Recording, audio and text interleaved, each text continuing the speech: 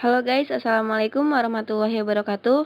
Kami dari kelompok 2, akuntansi pajak dengan anggota Laili Wulandari, Muhammad Rofi Udin, dan saya sendiri Dwi Suci Widyastuti akan menjelaskan mengenai akuntansi PPh pasal 22. Definisi dari PPh pasal 22.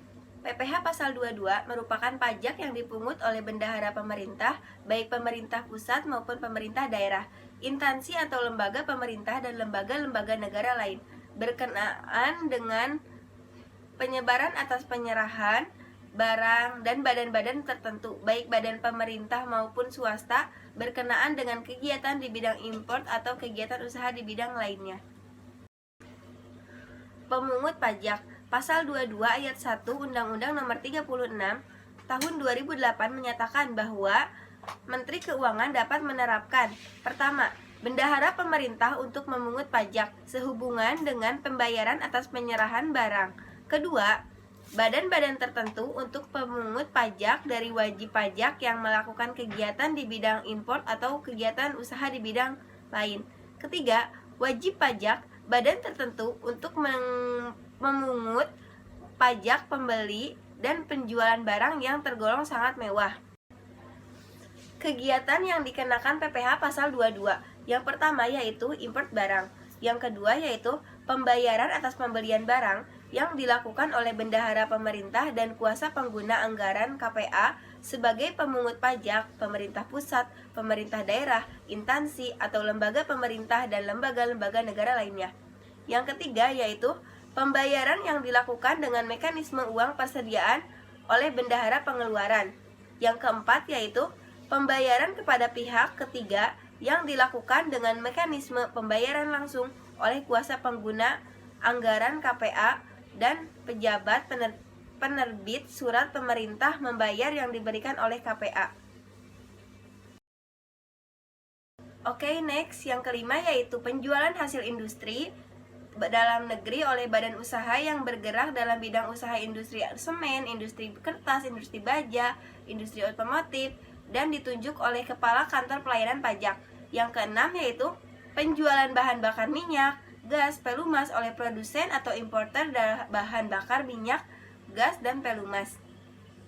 Yang ketujuh yaitu pembelian bahan-bahan untuk keperluan industri atau ekspor dari pedagang pengumpul oleh industri dan eksporter yang dalam sektor kehutanan, perkebunan, pertanian, dan perikanan yang ditunjuk oleh Kepala Kantor Pelayanan Pajak. Penjualan barang yang tergolong sangat mewah. Selanjutnya yaitu kegiatan yang tidak dikenakan PPh pasal 22. Yang pertama, impor barang dan penyerahan barang yang berdasarkan ketentuan peraturan perundang-undangan, tidak terutang pajak penghasilan. Yang kedua, impor barang yang dibebaskan dari pungutan bea masuk atau PPN. Yang ketiga, impor sementara. Yang keempat, impor kembali impor. Yang kelima, pembayaran untuk pembelian gabah atau beras bulog. Yang keenam, emas batangan yang akan diproses untuk penghasilan barang perhiasan dari emas untuk tujuan ekspor. Yang ketujuh, pembayaran untuk pembelian barang sehubungan dengan dana BOS. Dasar pengenaan pajak DPP. Yang berdasarkan DPP ditentukan sebagai berikut. Dalam hal pembelian atau penjualan tidak termasuk PPN dan PPNBM, maka DPP PPN sama dengan harga pembelian atau harga penjualan. Yang kedua, dalam hal harga pembelian dan harga penjualan termasuk PPN, maka DPP PPN sama dengan harga pembelian atau harga penjualan dibagi 110 dengan rumus DPP sama dengan 100 dibagi 110 dikali harga pembelian atau harga penjualan. Selanjutnya yaitu yang ketiga, dalam hal harga pembelian atau penjualan termasuk PPN dan PPNBM, maka DPP sama dengan harga pembelian atau harga penjualan dibagi 110 ditambah tarif PPNBM dengan rumus DPP sama dengan 100 dibagi 110 ditambah tarif PPNBM dikali harga pembelian atau harga penjualan. Baik, terima kasih. Selanjutnya yaitu objek, pemungut, dan tarif PPh pasal 22. Ada 3 bagian. Yang pertama yaitu impor barang. Itu meliputi 4 bagian, yaitu importir yang memiliki API. Kedua itu importir dalam kurung kedelai, gandum, dan tepung terigu memiliki API. Yang ketiga itu importir yang tidak memiliki API. Yang keempat yaitu importir yang tidak dikuasai. Sedangkan untuk pemungut yaitu Direktur Jenderal Bea dan Cukai Bank Devisa. Untuk tarif yaitu 2,5%, 0,5%, 7,5%, dan 7,5%. Sedangkan yang kedua yaitu pembelian barang yang dilakukan oleh bendahara pemerintah, bendahara pengeluaran, kuasa pengguna anggaran, dan pejabat penerbit surat perintah pembayar. Pemungutnya yaitu pihak yang membayar atau membeli bendaharawan pemerintah, Direktorat Jenderal Anggaran. Untuk tarif itu 1,5%. Dan yang ketiga itu penjualan oleh Pertamina non PPN, meliputi BBM ke SPBU pemerintah, BBM ke SPBU bukan Pertamina. Ketiga yaitu bahan bakar gas, MT, LPG, dan Pelunas. Untuk pemungutnya yaitu Pertamina, meliputi tarif 0,25%, 0,3%. Selanjutnya yaitu 4. Penjualan hasil industri tertentu, meliputi 4 bagian. Yang pertama itu kertas, semen, otomotif, baja. Untuk pemungut yaitu industri yang tertentu yang menjual. Untuk tarif yaitu 0,1%, 0,2%, 0,45%, serta 0,03%. Yang kelima yaitu pembelian bahan untuk sektor tertentu, meliputi 4 bagian. Yang pertama itu kehutanan, perkebunan, pertanian, serta perikanan. Untuk pemungut yaitu sektor tertentu yang membeli. Untuk tarif sendiri meliputi 0,25%. Yang terakhir yaitu penjualan barang sangat mewah. Pemungutnya itu penjual dengan tarif 5%.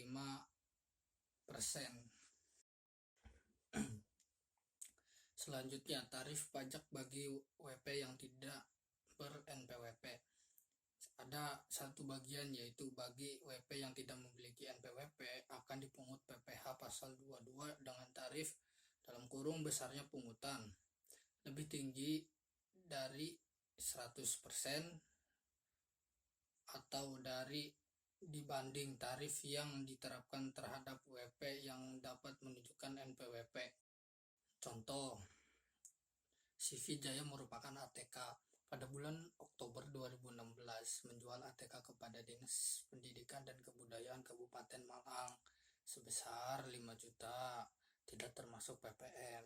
PPh pasal 22 terutang yang harus dipungut oleh bendahara Dinas Pendidikan dan Kebudayaan Kabupaten Malang adalah 1,5% dikali 5 juta rupiah sama dengan 75.000.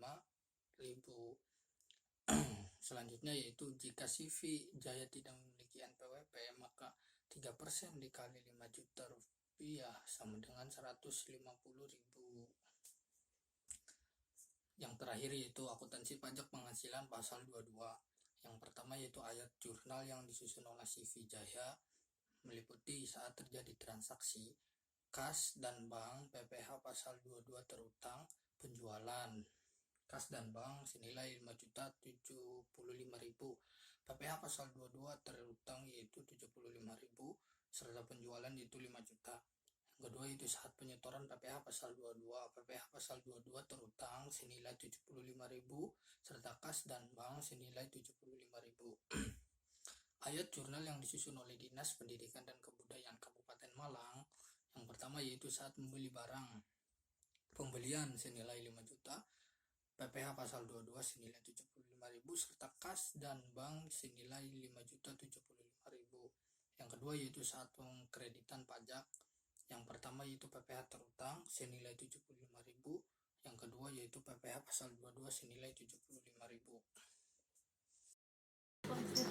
Mungkin cukup sekian presentasi dari kelompok kami. Wassalamualaikum warahmatullahi wabarakatuh.